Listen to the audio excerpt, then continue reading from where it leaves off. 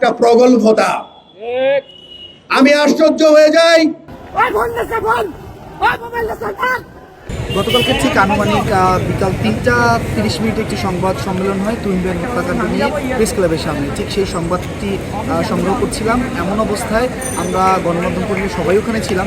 আমি এক স্টেপ পিছনে, মানে সামনে যারা নিচ্ছেন পিছনে দাঁড়িয়ে একটু উঁচুতে করে নিচ্ছিলাম।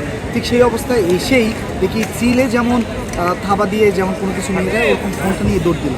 তো অবস্থাতে আমি দেখে আমি সাথে সাথে দৌড় দিই এবং চিল্লাচ্ছিলাম, যে আপনারা একটি ভিডিওর মধ্যে দেখেছেন যে ধরেন ছিনতাইকারী ফোন নিয়ে যাচ্ছে, মোবাইল ফোন নিয়ে যাচ্ছে, চিল্লাচ্ছিলাম। আর আমি ওর পিছনে দৌড়াচ্ছিলাম, আমি দৌড়াচ্ছি এবং ওই ছিনতাইকারী দৌড়াচ্ছি এবং ওখানে আশেপাশে যে মানুষগুলো ছিল তাদেরকে বলছিলাম ধরেন, কিন্তু কেউ আসলে তাকে ধরেনি, বা পাকড়াও যদি কেউ একজন করতো তবে জিনিসটা আরও তাড়াতাড়ি আমি হয়তোবা ওকে আমাদের আইনের হাতে তুলে দিতে পারতাম। কিন্তু একটা পর্যায়ে গিয়ে ও প্রেস ক্লাব থেকে পল্টনের দিকে দৌড় দিচ্ছিল এবং ঠিক সচিবালয়ের ওখানে যে মেট্রো রেলের যে সিঁড়িটা আছে ওই পর্যন্ত গিয়ে আমি ওর কাঁধে থাবা দেওয়ার পরেই ও করে কি ওকে নিজেকে বাঁচানোর জন্য, কারণ ও তো বুঝতে পারছে যে ওর হাতে ফোন যতক্ষণ আছে আমি ওকে ধরবই বা ওর পিছনে ছুটবই। তো সেই জায়গা থেকে ও ফোনটা আমার দিকে ছুঁড়ে মারে এবং যেহেতু রাস্তার মধ্যে পড়ে যায় ফোনটা এবং একটা গাড়ি আসতে পারে বা অন্য কেউ নিয়ে নিতে পারে, সেখানে ফোনটা আমি যখন ধরতে যাই ও আমার হাত থেকে ছিটে দিয়ে ও ডিভাইডারটা পার হয়ে রাস্তার ওই পারে চলে যায়।